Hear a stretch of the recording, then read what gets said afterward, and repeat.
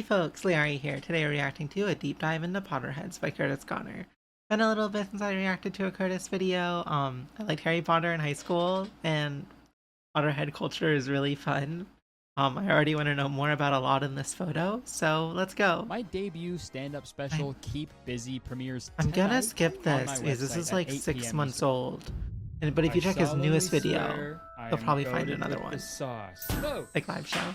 Harry Potter and the Philosopher's Stone was released June 26, 1997. A book about an orphaned wizard boy destined for greatness, navigating his first year at the Hogwarts School of Witchcraft and Wizardry. Due to the immediate success of this book, author J.K. Rowling began writing more and more installations into the Harry Potter series, ultimately writing 7 novels. Along the way, immensely successful movie adaptations were created that absolutely catapulted the popularity of the Harry Potter franchise to levels never seen before. I read the books and watched the movies and played a lot of the games. Awesome. The rest were literal dog shit. They made Harry Potter clothing, toys, pancake mix. They even made Harry Potter cologne that I wish they handed out for free at the midnight book releases. P.U. I'm just kidding. But not really. I saw the first Harry Potter film in theaters when I was 7 years old, and I immediately fell in love with it. I remember it was November when it came out, and it hadn't snowed yet that year, and it wasn't supposed to snow for like another week. But when me and my family walked out of the movie theater, it was fucking snowing, dude. And I freaked out because I thought it was magic. But looking back now, it was just a classic case of weathermen being wrong all the time. I then started reading the books after I saw the first movie, but then I realized I actually read the book before I saw the movies, which was a really cool experience for me. I think the movies had come out. I just didn't know they existed, I'm pretty sure. And I was really young when I read Harry Potter, and I just randomly was like, oh, this looks cool in my sister's room, and she had the book. Yeah.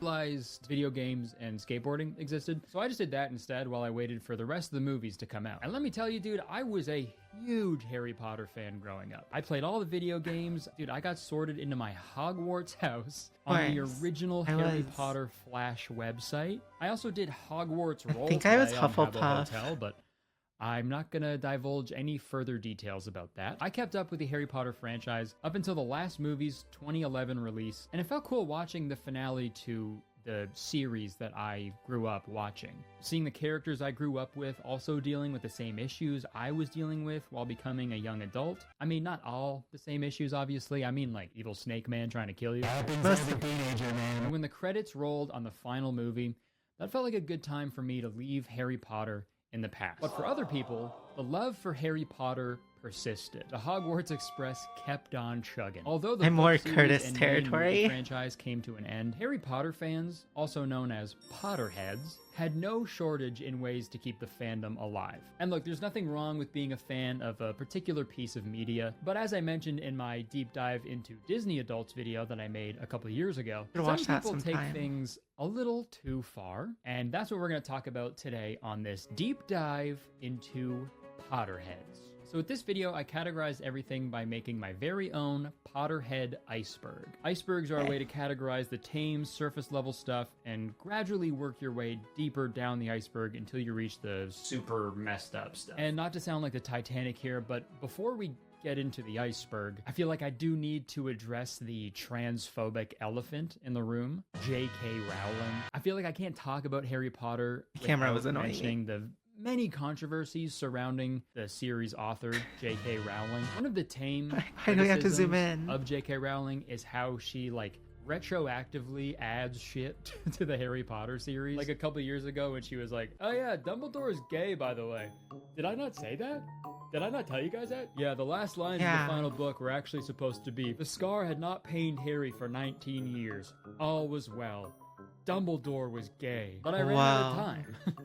That's the publishing business, but that's definitely not her biggest criticism. J.K. Rowling is what many refer to as a TERF, and I don't mean a fake patch of grass. TERF, T-E-R-F. A trans exclusionary radical feminist, a person whose views on gender identity are considered hostile to transgender people or who opposes social and political policies designed to be inclusive of transgender people. So someone who's like, I'm all for equality, yeah, except fucking trans people. J.K. Rowling has posted many transphobic things on Twitter. You know, for example, 5 reasons for being worried about the new trans activism, and also claiming that the existence of trans people erases the lived reality of women globally. She even recently claimed that she would...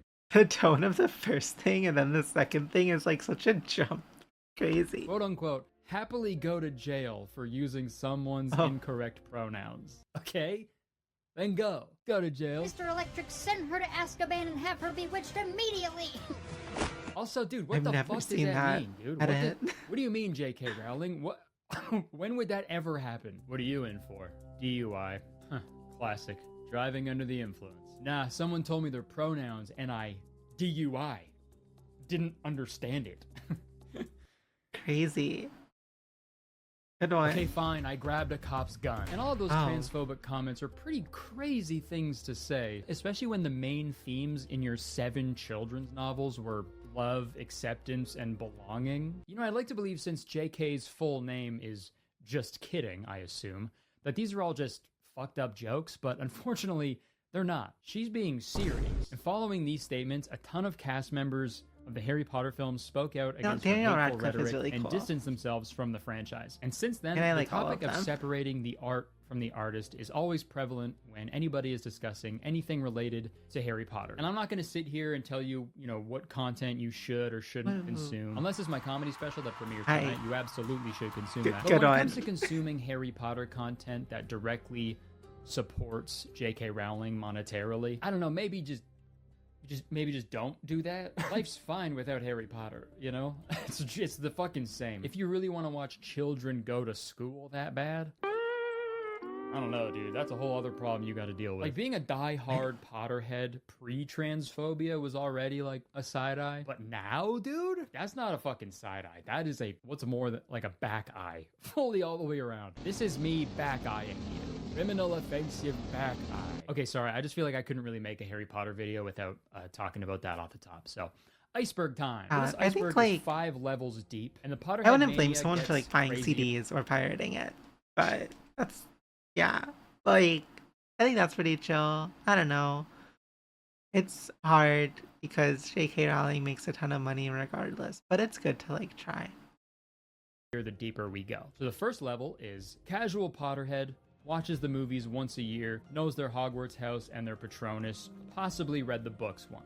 And I feel like this is the majority of the Potterhead fandom. People who know everything about Harry Potter and how they would fit into the Harry Potter universe, but they don't really make it a part of their personality that much. I'd probably say this is the level I operated in when I was a kid. Dude, I remember getting sorted into Hufflepuff when I was a kid and having like a literal existential crisis because I wanted to get sorted into Ravenclaw. Thinking back, I think I fucking cried, which is so embarrassing. That goes hard. For those of you who don't know, there are 4 houses in Hogwarts where the students are sorted into, and each house is associated with certain traits. But to boil it down as simple as I can, Gryffindor is good guys, Slytherin's bad guys, Ravenclaw is smart people, Hufflepuff is everybody else. And it's fucked because, like, Gryffindor and Slytherin are opposite, right? Good guys, bad guys. So therefore, the other houses should be opposites of each other as well. And if Ravenclaw is smart, then Hufflepuff is... I guess that would mean they're...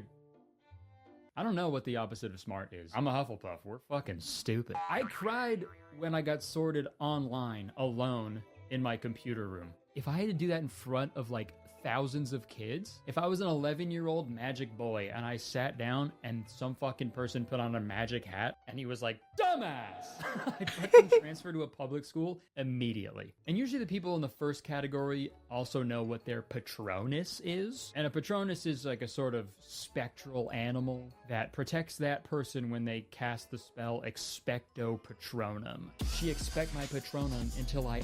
And that was one thing I never never liked in the movies. I'm realizing now the first part of this iceberg is just me making fun of the movies, but let me get it out of my system. I never liked the Patronus concept in the movies because, like, some kids' fucking Patronus was like a grizzly bear, and then another kid's would be like a rat. You're telling me both of those are gonna do the same amount of protecting? Fuck no, that's impossible. And you can't change your Patronus. Like, what if you just got like a super shitty one that doesn't help you at all? Oh my god, a Dementor!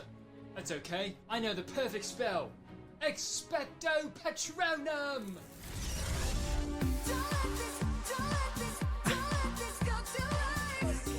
What the fuck is that? That's my Patronus. He's an early 2000s breakdancer. I thought a Patronus was supposed to be an animal. I'm an animal on the dance floor, brother. Okay, well, I'm gonna kill you now. Patronus, are you gonna do anything? This is so real. Okay, let's move down one more level of the iceberg. The next level is genuine Potterhead. Watches the movies several times a year and they've read every book. They straight up bring butterbeer to a pre-drink and have their own wand. They have at least one Harry Potter tattoo.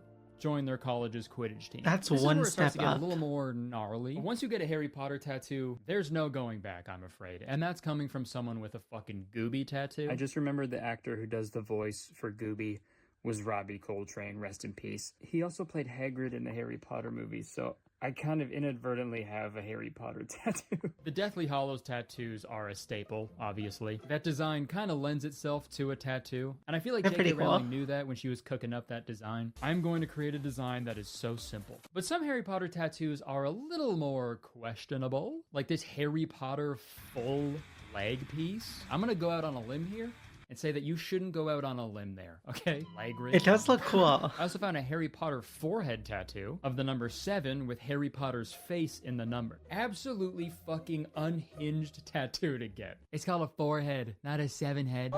But it's cool. Must be a Hufflepuff. I assume she got the number 7 because that's how many books there are, but like, dude, could you imagine if J.K. Rowling surprise dropped an 8th book? This person would be fucked. But I think the most questionable Harry Potter tattoo to get Maybe is I'm the weird. Dark Mark tattoo. For those of you who don't know, there's a group of evil wizards Oh. who follow Lord Voldemort, and they're called Death Eaters. Their goal is to create a wizarding, pure blood ethno state and kill anybody who isn't a pure blood. These Death Eaters all have a dark mark burned into their forearms to show their allegiance to this Okay, genocide. sorry, that, And like, people that in unnerved real me. life get this dark mark tattooed. What I had the to find fuck? that And look, picture. you can say it's just fiction all you want, but the message is still the same. It's a genocide. It represents a genocide. If someone has a fucking swastika tattoo, they're not going to be like, oh, I just like the movie Inglourious Bastard. Obviously, I'm Yeah. not saying anybody with a dark mark tattoo is a Nazi, but like, out of all the things from Harry Potter to get tattooed, that's the thing you got? I'm giving you another back eye. But the last a good line of this point. level that I want to talk about is the college Quidditch team, because I had no idea that this was a real thing. In the Harry Potter series, there's a popular sport called Quidditch where everybody flies around on broomsticks and the chasers played try to Quidditch throw champion. the quaffle through the hoops, Wait. and the keeper tries to block the quaffle from going in the hoops. Don't and the think I whole broke time an there's these NDA. beaters that try to bat away the bludgers that are flying around trying to hit everybody, and there's also these 2 seekers who try to fly around and catch a little magic ball called the golden snitch, because if they catch it they win the game. If anybody said what I just said pre-Harry Potter, they'd be put in a fucking straitjacket, dude. I- There's a quaffle, bludgers, and beaters, and believe it or not, Quidditch doesn't just exist in the wizarding world. It's also here now. I loved in the Quidditch. Muggle world. The only difference I is never they played just it, run with brooms between their legs instead of flying. And unlike the movie, they don't draw a crowd. Okay, sorry, that was mean. Slytherin moment. But the funniest thing True. about real life Quidditch is how they incorporate the golden snitch. I was really curious how they were going to do this because the golden snitch is a magic little flying ball that sort of zips around. So I had no idea how they were going to add that to the real life game. But this is how they do it. Seeker's job is to catch the snitch, and the Seekers have to get the tennis ball without actually touching the snitch runner. The Seekers have to go look for me out on campus. Dude, some poor bastard dresses up in all gold, and the Seekers have to just hunt him down and find him somewhere on the campus and That's grab surreal. a tennis ball out of the weird sock that's hanging from his groin, and that's how they win the game. What the fuck? That might be the funniest thing I've ever seen. Just 2 dudes holding a broomstick between their legs running around a college campus like, where is it? Where the fuck is that son of a snitch? Like, do you try out to become a snitch? Like, how can't be the thing that you want it to be, right? Or maybe it is, I don't know. Like, I wonder who like the best snitch ever was. You know, that is a sports docu-series that I would watch front to back. Welcome back to Snitch, a golden story, where we learn about the trials and tribulations of Tyler, the best snitch the world of real-life Quidditch has ever seen. Tyler was the best snitch I've ever seen. Yeah? Nobody could ever find him. I've been a seeker on my college's Quidditch team for 10 years. You've been in college for 10 years? Yeah. In the 4 years that Tyler played, he was never found. Nobody could ever find him on campus, not once. It's crazy, but sometimes I think he actually might be magic. Every sport has their greats. Michael Jordan, Tiger Woods, Mike Tyson. But I think another name needs to be added to that list. Tyler. And in a Snitch, a Golden Story exclusive, we've secured the very first on-camera interview with the Golden Snitch himself, Tyler. Oh How my are you God. able to elude every Quidditch player for all those years? Oh, dude, it was so easy. All I had to do was go to the one place a Harry Potter fan will never go. A girl's bedroom. Okay, sorry, we'll move down to the third level of the iceberg now. This is where things really start to kick up a notch. Harry Potter exists in every aspect of their life. They have Harry Potter themed weddings, Harry Potter collections, clothing, and even name their children after Harry Potter characters. Weirdly, They named, like, this gives it away. They would go to a girl's bedroom. Bedroom. That's the right word.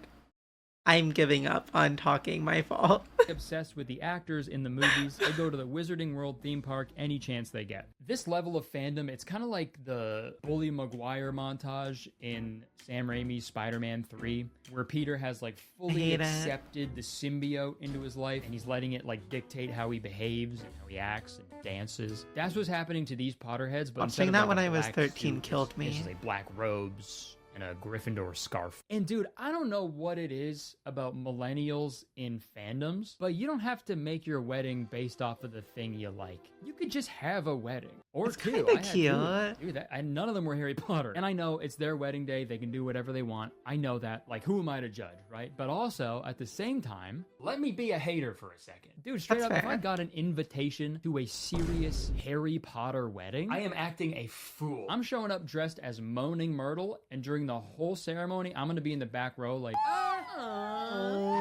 don't invite me to a Harry Potter wedding, or else I might cast my Patronus at the reception. The Moaning Myrtle cosplay without the white, Also, the part where moaning they is have like pretty Harry good though. Potter collections. I'm not saying that's bad. I've got a crazy, stupid collection of a bunch of nerdy ass bullshit, so I can't make fun of anybody in that sense. But naming your child after a Harry Potter character, that I can make fun of. Dude, there are countless articles online giving examples of like Harry Potter names for babies. What are we doing? If you're naming your baby Lucius or Severus or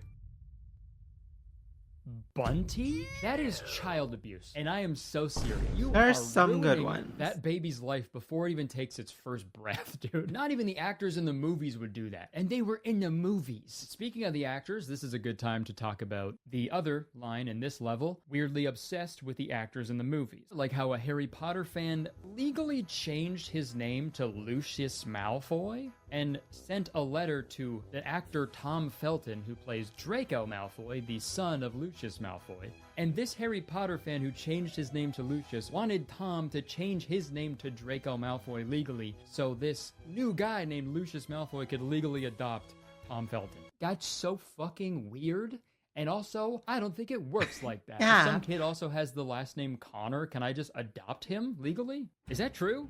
If it is, I am going to adopt every single Connor until I have acquired them all. It will be the biggest con of all time. And finally, I will be the true Connor. But the last line I put on this level of the iceberg is, they go to the Wizarding World theme park all the time. And the Wizarding World of Harry Potter at Universal Studios is actually what inspired me to make this video. I haven't actually Disney been here adults and Harry yet. Potter adults, they're cut from the same cloth. They all I live take in stuff Florida, just a so little bit kinda too weird. far when it comes to the theme parks. And I've been to the Wizarding World before. I went in 2012 and I had a great time. But let me tell you, there is nowhere on earth less magical than Orlando, Florida. No matter how many British people in cloaks they put in that park, nothing will take my mind off of the fact that I have an ungodly amount of sweat in my ass crack and balls. In my balls. Fucking miserable, man. I was so hot. I was sweaty. I was thirsty. Actually, that reminds me. Better if you're speaking of used being to thirsty, it. this video is sponsored by AirUp. Wow. If you've never heard of AirUp, you listen here. AirUp is a Listen completely in. new and unique Yeah. hydration experience. With AirUp, you can easily stay hydrated every single day with plain old regular tap No water, way. while also experiencing a wide variety of delicious flavors For without the real? sugars and additives Oh with the my use God. of scent-based taste. I've always struggled with Wow. drinking my daily amount of water, but ever since I started using AirUp,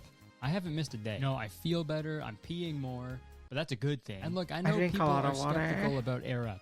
I was as well. But let me tell you, I got this basil lemon flavored flavor pod right now on my AirUp bottle, and all I have to do is pull up on the pod to activate it, and now it seriously tastes like I'm drinking water with fresh basil and lemon. But I'm only smelling it, dude. It's crazy. And the best way to try it for yourself is to try it for yourself. And now is the perfect time because it's the holiday season, dude. Now is the time to buy things for other people while also buying things for yourself because you might as well, right? So start your true. holiday shopping early and save up to 30% with their holiday bundles. But don't drag your feet because they're only there for a limited amount of time. So you gotta get them while you can. And seriously, one of the coolest parts about AirUp is letting my friends and family try it whenever they're at my house. And seriously, everybody I've seen try AirUp for the first time has been blown away by it. So click the link in my description to take advantage of these amazing This is promotions not for AirUp me. has going on right now, and forever be remembered as the But best gift giver in your entire I family. like the Thank colors. you so much to AirUp for sponsoring this video. Back to me. We were talking about the Harry Potter theme Hey. park. The rides were fun, other than the fact that I got a nosebleed on the Hippogriff ride. But that's only because I was on Accutane at the time, so I'm not going to blame Harry Potter for that. People in this level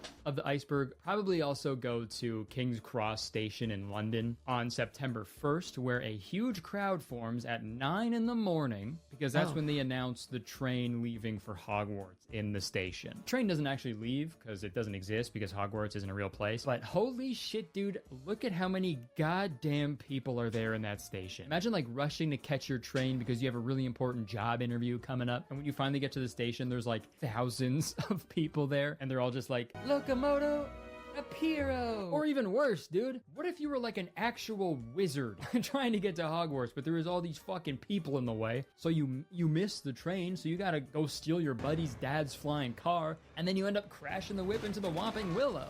Then what? Then what? Sorry. Back to the Harry Potter theme park really quick. I think Universal Studios is much better than any Disney park because they got Simpsons Land and I like drinking Duff beer. But still, dude, there's people who've had like guerrilla-style weddings in the wizarding world of Harry Potter when they're not allowed to do that there. And there's also people who go to this park every single day. And you know, I start judging this shit like crazy, and then I see a video like this, where it's someone crying the entire time they're at Harry Potter World because they're so happy.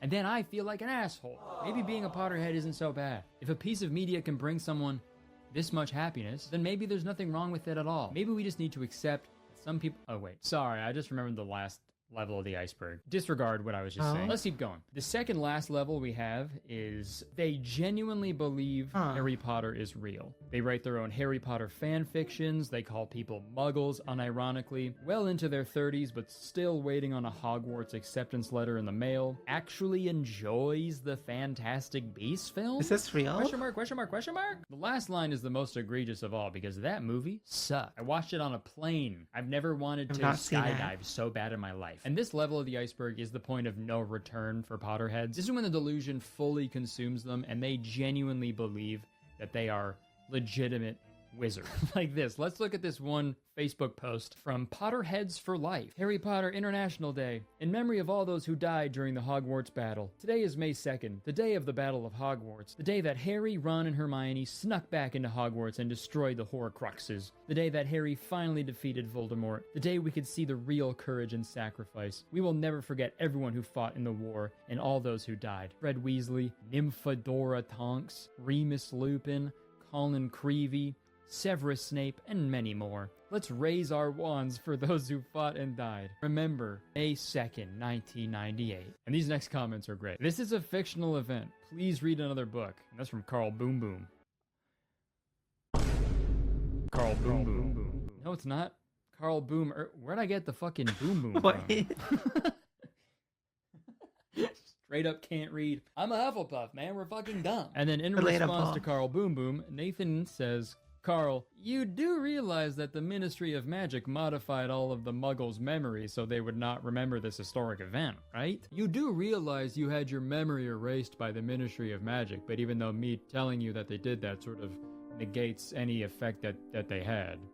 Right? I totally get, submersing yourself into a piece of media, as a form of escapism and stuff. But like, it's wild to genuinely believe that Hogwarts exists, dude. I talked about this in my Internet's Most Absurd Lies video, but someone posted a video saying that they actually received an acceptance letter from Hogwarts. And they were being 100% serious. Like, there are people out there who genuinely think Harry Potter is real. And I don't think it's like funny or cute. At a certain level, it's like harmful, I think. And you'll agree after you read this. I found a Reddit post in r/Harry Potter that is super messed up. If it's real, I hope it's not. I hope I'm getting fucking pranked, but here it is. Since our daughter was 5 and my wife and I first started reading her the Harry Potter books, we have told her that she is a witch and that the wizarding world is real. She is almost 8, and as her questions have gotten deeper, we've kept building the illusion with more details about our family, genealogy, and its connection to book characters, stories about times we use magic, and the life and moral lessons we learned about it. She has processed many difficult subjects like racism, climate change, and even the coronavirus through this lens. Before other parents judge or lecture, we know it's gaslighting and that eventually she'll be disappointed and have trust issues with us when she learns the truth. We justify it that we are adding magic to her childhood and giving her motivation to reach her full magical potential, since she needs to study hard to be accepted to Hogwarts. We've asked serious questions of her teachers, and they think it's more awesome and creative than damaging. At the very worst case, my take is that it's analogous to children being raised to believe that traditional religious stories are true, and that when the truth hits, it will teach her to ask critical questions and not accept everything she hears or reads at face value. Just I hope that's not real. Surely not. Diabolical parenting. This is literally a villain origin story for this child. This is how Voldemorts are made. When this kid actually finds out magic isn't real, they're going to be so angry and betrayed. They're going to be like, and then nothing's going to happen because magic isn't real. Bruh. Also, to compare it to religion and frame it as like a weird lesson to never take things at face value. Dude, what a fucking terrible lesson for your child. You're dumb for believing us. We're your parents. You should never believe a word we tell you. Got it? Okay. Yeah. We love you. This is like a modern version of Plato's allegory of the cave. But instead of an allegory, it's just someone's life. This is like being the last kid that believes in Santa, but a million times worse. Like, I feel like this could escalate to something like really dangerous. Hey, Dad, up here. Check it out. Oh my God, what are you doing up there? Get down right now. No, it's okay, Dad. I'm gonna fly, just like you told me. Here we go. Hey, whoa. Oh my God. I can't watch. Oh my gosh, I can see everything from up here. Oh my God. You're flying. You're really flying. You are a wizard. No, I think I died when I hit the ground. I'm going to heaven. Yeah. Bye. Looks like I'm gonna be in the doghouse. And I think the Potterheads at this level take their Hogwarts houses way too seriously as well. I've seen a lot of posts where people will put their like Hogwarts house in their like Tinder and Hinge bios, which I don't know what would compel you to do that. But I also found a YouTube video titled, "These Harry Potter YouTubers have something to say." When I saw that, I was like, damn, dude, this is gonna be some hard-hitting shit. This is gonna be some serious stuff we're covering. Let's see what they have to say. One thing that really annoys me about being in Slytherin is that people think we are all bad. Just because we are in Slytherin does not make us bad people. Our house mascot is a blimmin' eagle. It is not a raven. Be called a fake fan from being in Gryffindor because people always assume that you're in Gryffindor house because Harry, Ron and Hermione are in Gryffindor. I think other houses are favorited over Hufflepuff because if you're a Hufflepuff, then you're weak, or you can't do this, or you can't do that. One thing that really annoys me is when I say I'm in the Slytherin house, people think it means I'm in the house of Voldemort. The stereotypical image of us is asking for more homework. Who even asks for more homework? Hufflepuffs are often the butt of jokes. I don't think anyone has heard more jokes about any other house at Hufflepuff. We are so misunderstood and it drives me insane. That's Oh, real. Dude, none of that is real. It's so fucking funny, dude, to Ouch. make an emotional video where you all like defend yourselves from the people who criticize the arbitrary labels you've given to yourself. Guys, like if being in a Hogwarts house is this sad and confusing and misrepresentative of what you are, stop. Stop it. Stop labeling yourself as that, dude. Gryffindors aren't just brave and courageous. We're also cool and have a lot of money. The Potterheads at this level of the iceberg will do anything to insert themselves into the Harry Potter universe. And what's the best way to do that? Fan fiction. Oh, yeah. I want to start off by saying there's nothing wrong with writing fan fiction. There are a lot of great fan fictions that are comparable to the source material in terms of quality. Like, for example, a fan fiction titled All the Young Dudes, fan fiction set in the Harry Potter universe that is over 500,000 words long, and it's also created an entire fan base of its own, centered around the older characters in the series' lives as young adults. With any fandom, there's good fan fiction and there's questionable fan fiction. Guys, Very quickly, I read so much Naruto fan fiction as a kid. I'll be honest. Could have made an entire video strictly about Harry Potter fan fiction, but I've picked one to take a quick look at. I found a short story titled Harry Potter and the Tumbling Towers. It takes place on September 11th, 2001, and it's about Hermione rushing to New York to save Ron when she finds out about the 9/11 attacks. I'll read a few excerpts. 11th September 2001. Just as she was placing a piece of bread in the toaster, the voice of the newscaster on the television caused her to suddenly drop her cup, which shattered at her feet. We've just received breaking news from the US. Only moments ago, Flight 11 crashed into the North Tower of the World Trade Center. The plane had departed from Portland, Maine, and was scheduled to land in Boston, Massachusetts. American sources say this sudden event could possibly be a terrorist attack. So many thoughts were rushing through her head, making her weak in the knees and forcing her to sit down in the nearest chair. Ron was in New York.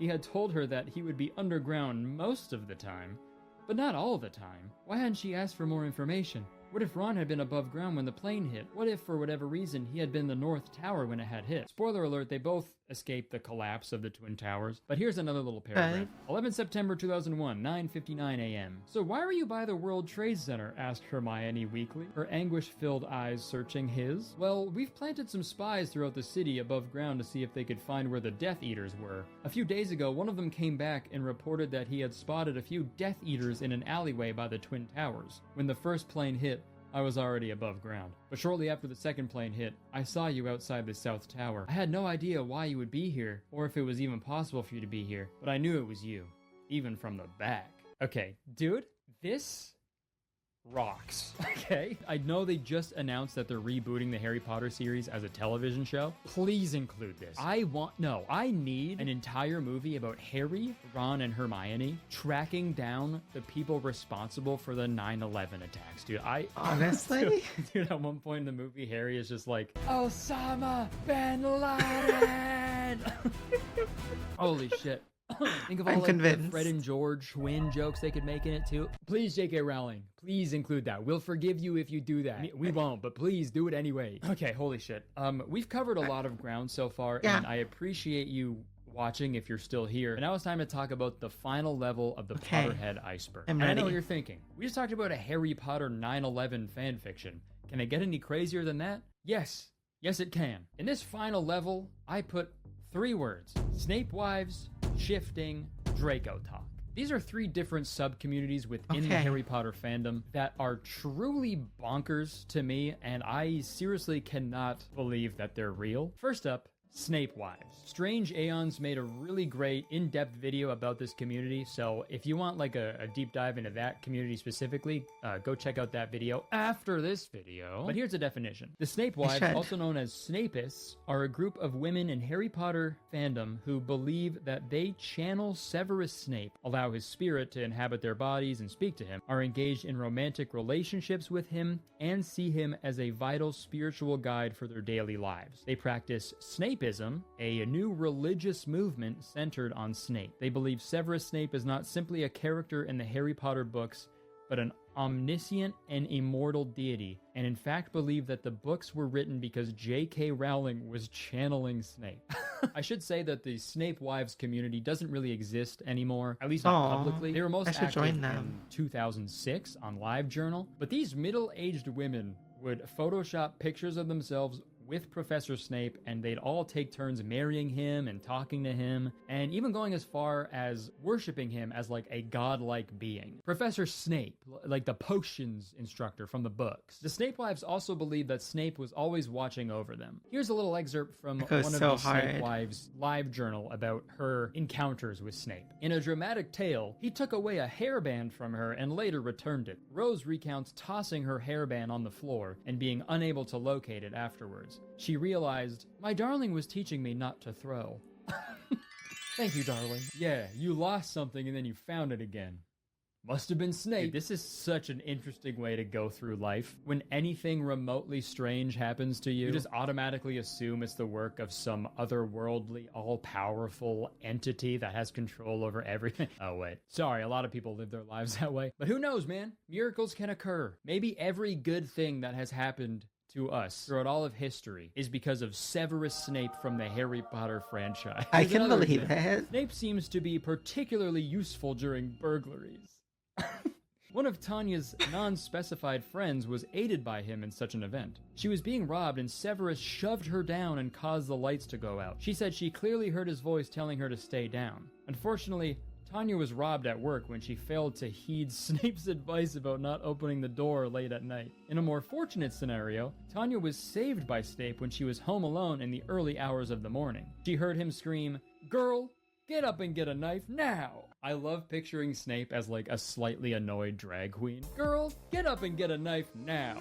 And don't fuck it up." But Snape also apparently made his presence known in the physical world pretty frequently. Snape makes his presence in the physical world known in a variety of subtle ways, including through the weather. On January 9th, Tanya looked at her window after being commanded to by Snape. She saw an S shape in the form of fog on the glass. She later found out that Snape's birthday is on January 9th. Strange S-shapes continued to appear in unexpected places after this event. For example, in a vivid recount of March 15th, 2008, Tanya conveyed her excitement of a day spent with Snape's presence. She received a variety of signs from him, such as a string from her carpet forming the letter S. Conchita looked out of a bus window upon a nearly cloudless sky and saw an S formation there also. She kept looking at the cloud S until it vanished, making her miss her stop by some distance. Dude, if a bunch of S's means that Snape is around, these women would have freaked the fuck out if they saw my 3rd grade notebook. I drew that cool looking S a million times a day.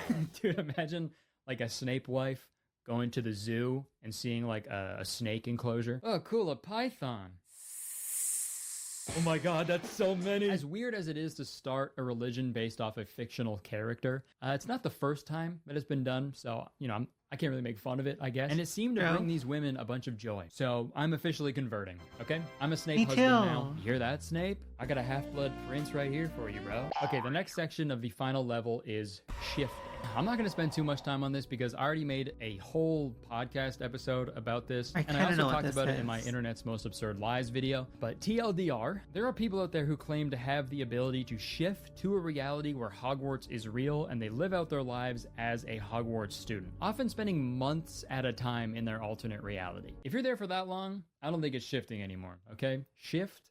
More like caps lock? Because why would you shift for months when you could just press caps lock? And also they're capping. And the last part of the iceberg that we're going to talk about is a little community on TikTok called Draco Talk. And this community highlights the biggest issue I've seen with the fandom. Draco Talk is a community of people either cosplaying as Draco Malfoy or thirsting over the character of Draco Malfoy. You know, some are weird, some are cringe, but some are just terrible. Okay. Super funny thing to say when you dress up in a maid outfit. I'm gonna tell my dad. Also, here's this great video of what it's like to be in a 7-year relationship with Draco Malfoy.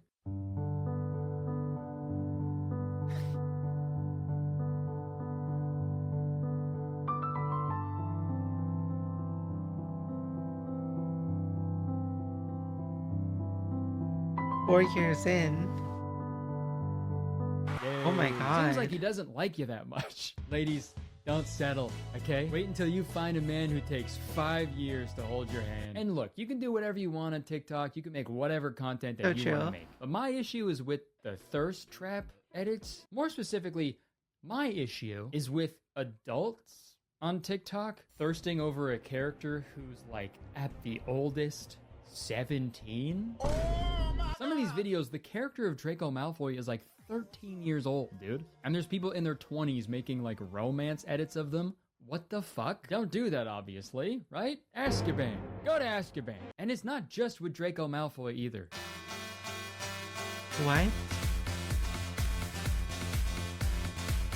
What is happening?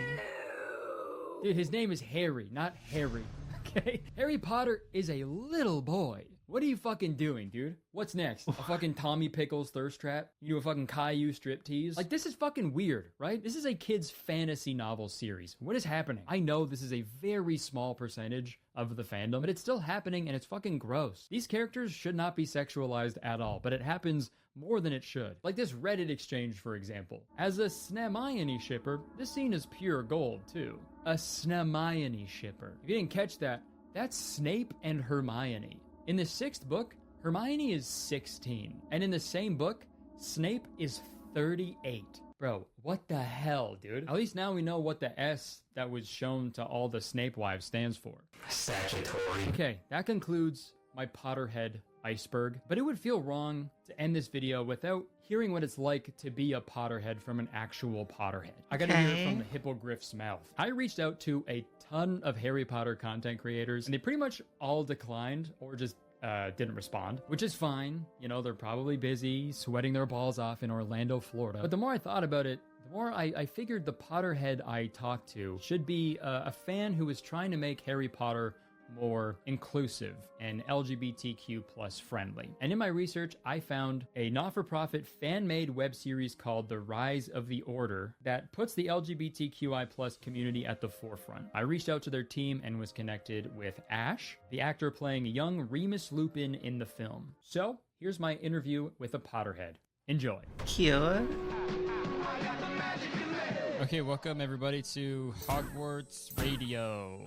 We're just waiting for our guest today in the studio, Ash, to appear in this magical picture frame. Also, one announcement I've been told to make to the owner of a brown Nimbus 2000. Your broom is currently being towed, and by towed I mean it's been turned into a toad. So I'm sorry about that. Oh, looks like our guest is here. Okay, wow, looks like our guest Ash is materializing right in front of us. Hello. Yeah, you have to do that with your hands for the spell to work. It wouldn't work otherwise. Some say that wizards need wands. I just need jazz hands. Yeah, you have 10 little wands. I have 10 little wands. Thank you so much for coming on and talking to me. I've been yapping over here for a while about Potterheads without really getting a nice insider opinion, so I appreciate it. Do you want to just like introduce yourself really quick? I'm Ash, and I play Remus Lupin in The Rise of the Order, which is a Marauders fan film. I don't know if you've talked on it already, but the Marauders is kind of like a little subsection of like Potterheads, but it's kind of a bit like separated as well. So it's more the generation before Harry Potter. Okay, great. We'll talk about that a little bit later. Ash, would you describe yourself as a Potterhead? I think I used to definitely say Potterhead more. Now I just say I'm a Marauders fan. But gotcha. I definitely, I love the world of Harry Potter. So that's kind of fit the criteria. So what was it about, like, the Harry Potter franchise that originally, was appealing to you?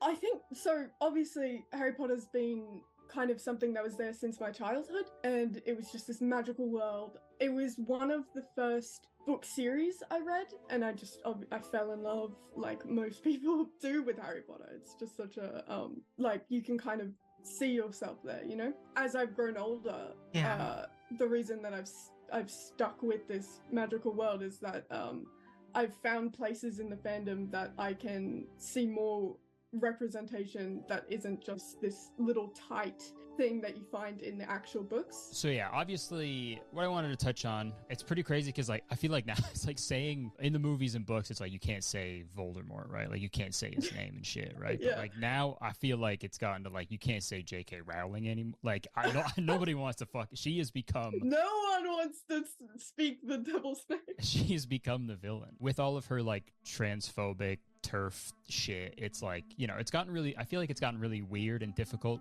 for Harry Potter fans. Do you think there is like a way for people to like be a Potterhead today while also disagreeing with what J.K. Rowling stands for? Yeah, I definitely think though. So fuck, sorry.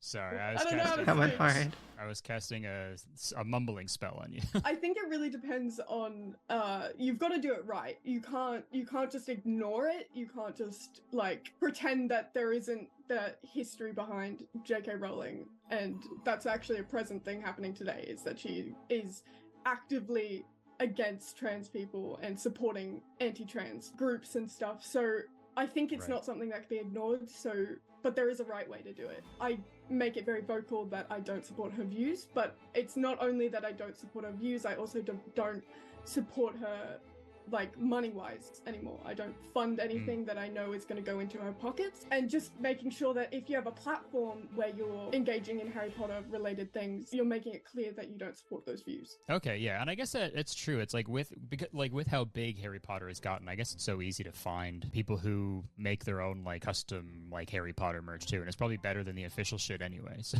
exactly, like supporting small businesses that like have their own merchandise that's not official is great, and that's what I personally do. I want to touch back on what you mentioned earlier. You're playing young Remus Lupin in a series called The Rise of the Order. Mm-hmm. We can talk about it for a little bit. What's like the overall goal with that project? Yeah, so The Rise of the Order is kind of, it's the main goal is to kind of show this world of Harry Potter with representation that we didn't get to see as kids.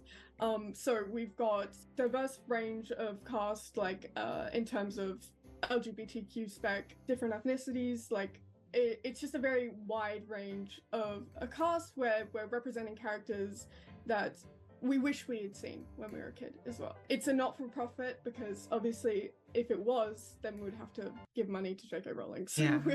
we're very much, Right. we are very openly against her views.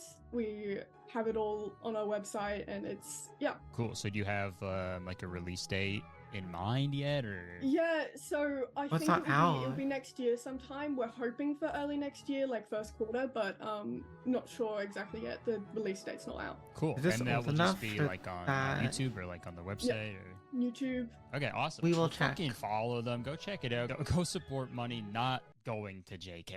Ash, thank you again for taking the time to talk to me. And if there's any final message you want to give out to Hogwarts Radio, because that's what I said at the beginning.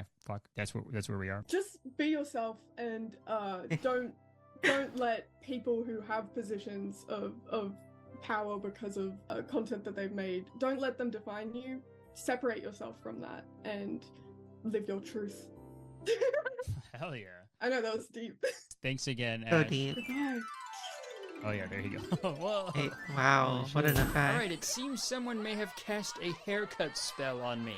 Oh. Well, folks, that concludes our deep dive into Potterheads. As long as this video is, I feel like it easily could have been twice as long. Trust me, I really tried to condense it to the most interesting stuff that I found. In conclusion, I think the Harry Potter fandom is in a really interesting spot right now. The main movie series has been done for over 10 years now, and any attempt at a new movie in the Harry Potter franchise has been a flop. All that paired with the fact that the author is a proud transphobe, I honestly think we've seen the peak of the fandom. And I think when it comes to separating the art from the artist, like what Ash said, there are ways to continue being a Potterhead without supporting J.K. Rowling. And after talking with Ash and learning about, projects like The Rise of the Order, it made me feel good about just the future in general. Like, this group of young people had this huge amount of love for this franchise that they no longer felt safe or accepted in. So they were just like, fuck it, we'll do it ourselves. We'll do it live! Fuck it! Fucking thing sucks! And that's fucking badass, dude. And I think it's like an extra really cool. slap in the face to J.K. Rowling, because that's literally a plot to one of the Harry Potter novels. In the Order of the Phoenix, everyone's trying to like control the students, and all their opinions are being ignored and invalidated. So the Hogwarts students all say, fuck it, we'll just do it ourselves. Fucking thing sucks! And it's just so weird because obviously I can't deny the positive effect the Harry Potter franchise had on my life growing up. And although it's difficult to navigate being a Potterhead today, it will never be as difficult as navigating King's Cross Station on September 1st. But all jokes aside, Potterheads may seem cringy or weird from an outsider's perspective, but if you try to empathize with them, and if you look hard enough, you might see the letter S. And that means Snape is looking after you. Turn to page 394. Snape does not care about me. Thank you so much for watching this video. I hope you enjoyed it, and if you did, please press the like button. Leave a comment, let me know what you thought of this video. Let me know what you think about being a Potterhead today. And also, buy my comedy special for crying out loud. Seriously, it's super funny. It premieres tonight at 8 p.m. Eastern, but if you can't get there tonight at 8 p.m., it's all good. It'll be available to buy and stream until November 24th. But I'll be there in the chat tonight at 8 p.m., so we can't buy that, I assume. What's the Rise of the Order? Okay, cool. He has it in the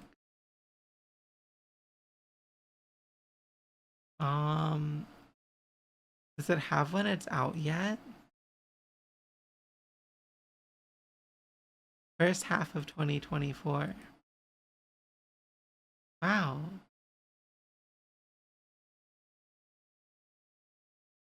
Oh, that's so unfortunate.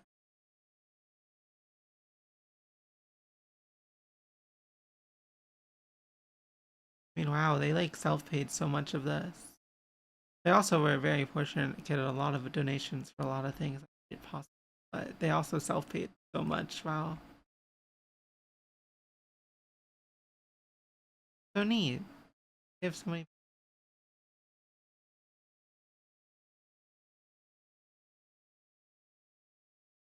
Wow. I don't know why I'm looking at this. I have nothing I can really talk about that. I have no context. But yeah, anyways. I literally am working with a kindergarten kid who is named Hermione, and when I was doing an assessment with her, I casually asked her, "So your mother really loves reading, huh?" And she gave the most tortured sigh I've ever heard from a kindergartner and said, "Yes, ... She had a classmate named Sherlock. Okay. Both my kids after Harry Potter characters, but they're both regular names that people wouldn't know unless I told them. I love my little Xenophilius and baby Mundungus. So true. The big... Yeah, Bunty would be insane to name someone after. Phoenix and Ollivander. No. Yeah, Fred and George would have been so pissed. You're gonna do Harry Potter at least. Yeah, I agree. I don't think... Yeah. This is so real. Fanfiction is cool. I'm a fan. I don't read any anymore. I haven't in years, but it was cool when I grew up. Literal worst Harry Potter thing I've ever seen was a website that was just... Oh. Yeah, people were really weird about Emma Watson. And still are.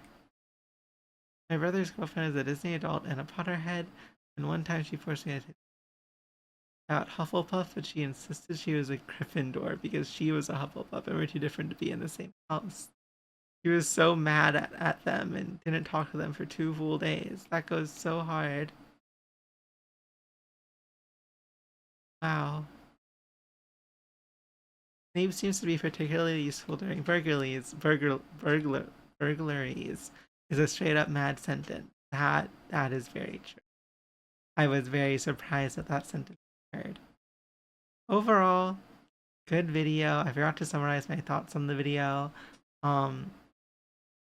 I liked, it was funny. It told me a lot about Harry Potter and folks who are into it. Gave me a neat web series I should keep an eye out for. pretty happy. Glad we watched that. Um, yeah.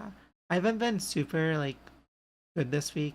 Mostly last week, and I guess like today when I'm recording this. Yesterday when I upload this.